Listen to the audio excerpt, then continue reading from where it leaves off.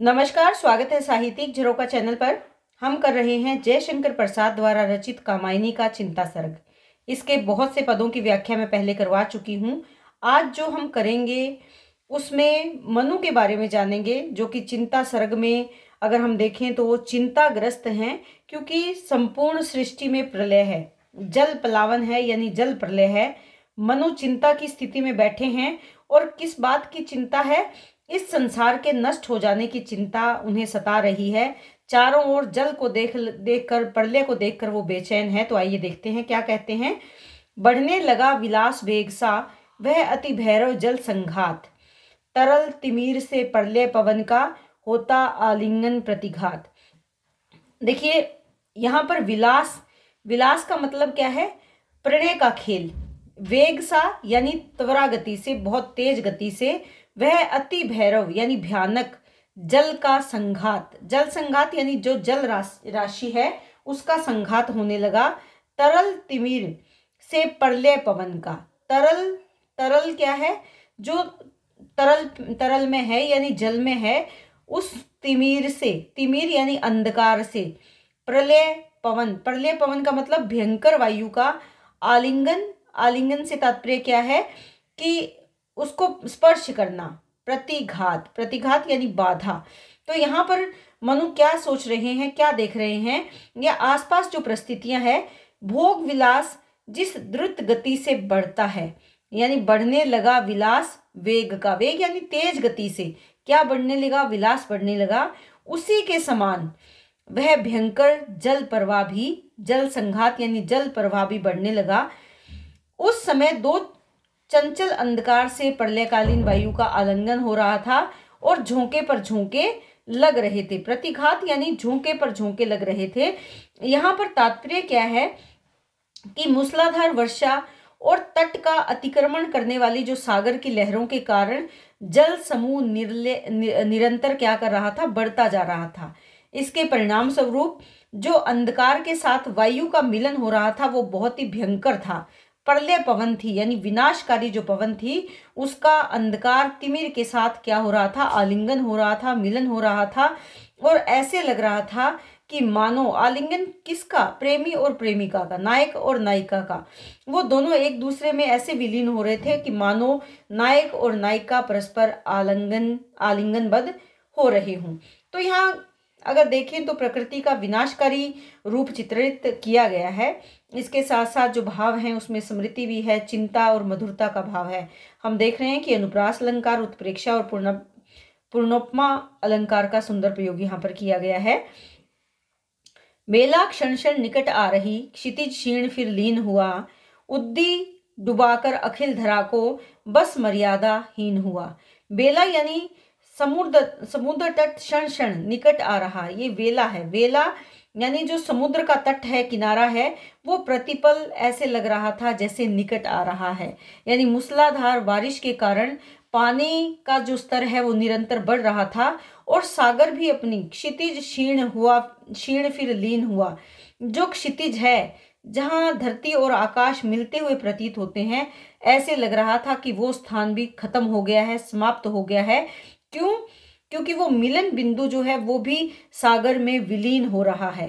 उद्दी डुबोकर अखिल धरा को, यानी सागर डुबोकर संपूर्ण धरा को, पृथ्वी को, ऐसे लगता है कि मर्यादा से हीन हो गया है, उसने अपनी मर्यादा को तोड़ दिया है।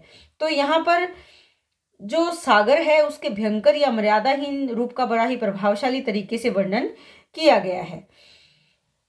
कर का क्रंदन करती गिरती और कुचलना था सबका, पंचभूत का यह तांडव में नृत्य हो रहा था कब का। कर का क्या है? बिजली, वो क्रंदन करती हुई गिरती है। यहाँ पर बिजली का गिरना या कर का यानी ओले का गिरना, कैसे क्रंदन करते हुए, तेज ध्वनियां कड़कड़ की ध्वनि करते हुए गिर रहे थे, और कुचलना था सबका।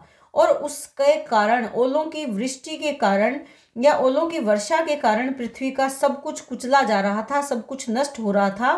पंचभूत का यह तांडव में नृत्य हो रहा था कब का। पंचभूत यानी मिट्टी, वायु, अग्नि, पानी और आकाश, ये पांचों तत्वों का तांडव कैसा था? तांडव क्या है? विनाशकारी नाच, क्योंकि तांडव का मतलब क्या है? विनाशकालीन जो नाच है। कि ये नृत्य, ये तांडव नृत्य जो विनाशकारी था, ये कब से चलता आ रहा है या कब से कितनी देर तक ये चलता रहा। एक नाव थी और न उसमें, डांडे लगते या पतवार, तरल तरंगों में उठ गिरकर बहती पगली बारंबार। यहाँ पर कवि या मनु क्या कहते हैं कि इस भयंकर प्रलय के समय मनु के पास केवल एक नाव थी।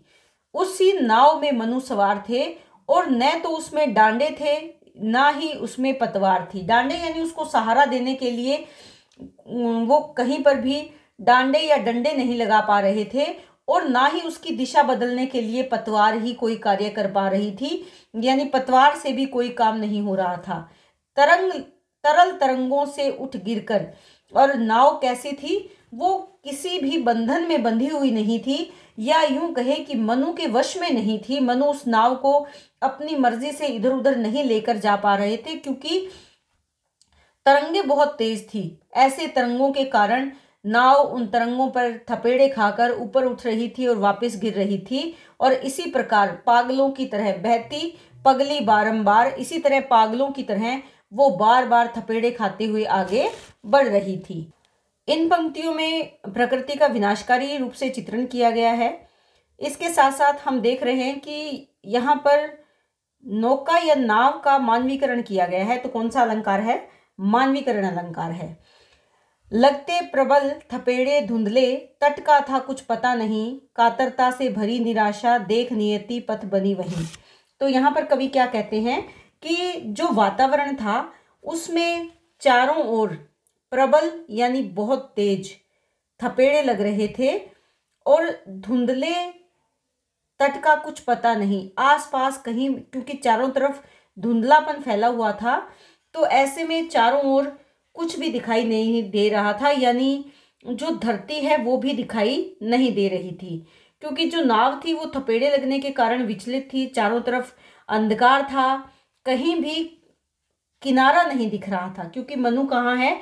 नाव में है, और किनारा ना दिखने के कारण कातरता से भरी निराशा, कातरता यानी दुख के कारण निराशा का भाव, या मन में क्या शंका पैदा हो रही थी कि कहीं नौका डूब ना जाए, इस प्रकार के भाव उनके मन में, निराशा का भाव या निराशा उत्पन्न कर रहे थे। देख नियति पथ बनी वहीं। देख नियति, नियति क्या है कि जो ऐसे लग रहा था कि जो नियति है या जो नियामक शक्ति है उसका साथ दिया और अपने लिए रास्ता निकाल आई, यानी ये निराशा की घड़ी है। इस घड़ी में नियति पथ बनी वहीं पर ईश्वर, ऐसे जो माहौल है या जो वातावरण है कुछ इस प्रकार से, क्योंकि मनु को रक्षा का कोई उपाय दिखाई नहीं दे रहा था, परंतु इस निराशा की घड़ी में भी ईश्वर की जो नियति है, नियामक शक्ति है, या अगर भाग्य शक्ति की अगर बात करें तो उन्होंने ही उसका साथ दिया और अपने आप उसके लिए क्या बना? पथ या मार्ग बन गया वहीं पर ही। यहाँ पर भाव क्या है कि विधाता ने ही मनु को जीवन की रक्षा करने के लिए उसे सही मार्ग दिखाया और उसके प्राणों की रक्षा की, क्योंकि मनु तो चारों ओर धुंधलेपन से, चारों ओर अंधकार से निराश हो गए थे। उन्हें तट का कोई भी अंदाजा नहीं था कि नौका कहाँ पर किनारे लगेगी, इस प्रकार उन्हें कहीं भी तट दिखाई नहीं दे रहा था। तो यहाँ पर अगर देखें तो देख नियति पथ बनी वहीं, तो यहाँ पर इसमें देखें तो मानवीकरण अलंकार का स्वाभाविक प्रयोग हुआ है। चिंता विषाद का भाव है, स्मृति का भाव है, भाषा सहज और सरल है। लहरें व्योम चूमती उठती, चपलाएं असंख्य नचती, गरल जलद की खड़ी झड़ी में बूंदे निज संस्कृति रचती। तो यहाँ पर कवि क्या कहते हैं कि जब मनु नौका में सवार होकर तट की ओर बढ़ रहे थे तब लहरें व्योम चूमती उठती। लहरें कैसे उठ रही थी? इतनी ऊंची समुद्र की लहरें उठ रही थी जैसे वो आसमान को चूम रही है, आसमान का चुंबन कर रही है। चपलाएं असंख्य नचती, चपलाएं यानी बिजली, असंख्य बिजलियां नाचते हुए कौंध रही थी या नाचते हुए प्रतीत हो रही थी। गरल जलद की खड़ी झड़ी में, गरल यानी विष, जलद यानी बादल, ऐसे लग रहा था कि बादल से क्या बरस रहा है, मानो विष की झड़ी लग गई है, विष बरस रहा हो। बूंदे अपना ही क्या कर रही थी? अपना ही संस्कृति यानी संसार रचते हुए प्रतीत हो रही थी। भाव क्या है कि चारों ओर भयंकर वर्षा और बिजलियों की कड़कड़ाहट से इस प्रकार का भयानक वातावरण उत्पन्न हो रहा था। तो यहाँ पर प्रकृति के विनाशकारी रूप का मार्मिक वर्णन किया गया है। अनुप्रास अलंकार है, मानवीकरण अलंकार है, संबंधातिशोक्ति अलंकार का प्रयोग भी यहाँ पर किया गया है। अगर देखें तो भयानक रस है और ओज गुण है। चपलाएं उस जल्दी विश्व में स्वयं चमत्कृत होती थी, जो विराट बाड़व ज्वालाएं खंड खंड हो रोती थी। देखिए यहाँ पर चारों ओर बिजलियों का चमकना, बारिश का गिरना और एक भयंकर वातावरण, चारों तरफ उठती हुई ऊंची ऊंची लहरें। ऐसे में कवि क्या कहते हैं कि चपलाएं उस जल्दी यानी सागर में, बिजलियों का प्रतिबिंब कहाँ पड़ रहा था? उस जल्दी में, उस सागर में पड़ रहा था। विश्व में स्वयं चमत्कृत होती थी, यानी चमत्कृत, आश्चर्यचकित। और इसके कारण वे बिजलियां भी स्वयं काल की क्रूरता को देखकर जैसे चमत्कृत हो रही हैं, स्वयं चकित हो रही हैं। जो विराट बाड़व ज्वालाएं, जैसे विराट यानी भयानक, बाड़व क्या होती है?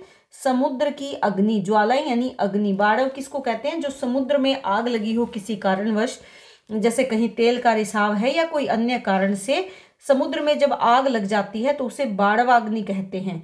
तो यहाँ पर ऐसे लग रहा था कि विशाल समुद्रीय अग्नि की ज्वालाएं जैसे उठ रही हो। बिजली की परछाई के कारण ऐसा प्रतीत हो रहा था, मानो ऐसा लग रहा था खंड खंड हो रोती थी और सामुद्रिक अग्नियां अनेक टुकड़ों में विभक्त होकर, विभाजित होकर जैसे रो रही हों।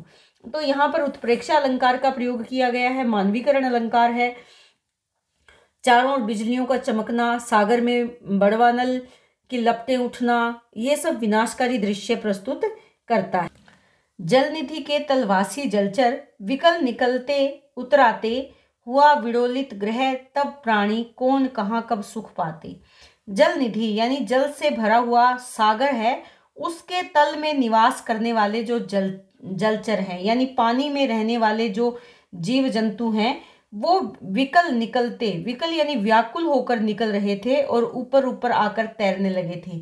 अर्थात इतनी ज्यादा हलचल हो रही थी पानी में, आलोड़न हो रहा था पानी में, विशालकाय लहरें उठने के कारण कि नीचे जो तली में जीव जंतु रहते हैं वो भी निकलकर पानी के ऊपर आने लगे थे। हुआ विलोड़ित ग्रह, क्योंकि उनके घर में ही हलचल हो गई थी।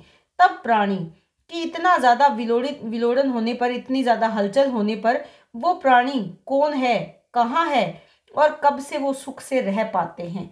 यानी किसी के भी घर में अगर इतनी ज्यादा हलचल होगी तो उसमें रहने वाला प्राणी किस प्रकार वहां सुखपूर्वक रह सकता है। तो यहाँ पर वो सब निराश होकर घर छोड़कर बाहर निकलने की कोशिश करते हैं। तो कहने का भाव यहाँ पर क्या है? लहरों के तीव्र थपेड़ों ने संपूर्ण पानी को मथ डाला था, संपूर्ण पानी में बहुत ज्यादा हलचल हो गई थी, इसीलिए जल में रहने वाले जो जल जंतु हैं वो अस्त व्यस्त हो गए और अपने आप को बचाने के लिए पानी के ऊपर आने लगे। कवि यहाँ पर प्रश्न करते हैं कि कौन ऐसे वातावरण में, जब उनका घर ही पूर्ण रूप से हिल जाए, हलचल होने लगे, कौन ऐसा प्राणी है जो सुख से अपना जीवन ऐसे वातावरण में जी पाता है। तो यहाँ पर कवि ने प्रकृति के विनाशकारी रूप का चित्रण किया है। अनुप्रास अलंकार है। स्मृति, विषाद और भय का जो वातावरण है वो यहाँ इन भावों में देखा जा सकता है। भयानक रस और ओज गुण है। तो उम्मीद करती हूँ कि ये पंक्तियां आपको बहुत अच्छे से समझ में आ रही हैं। इसी तरह चैनल से जुड़े रहें, लाइक करें, शेयर करें और कमेंट करके अपने विचारों को अभिव्यक्त जरूर करें।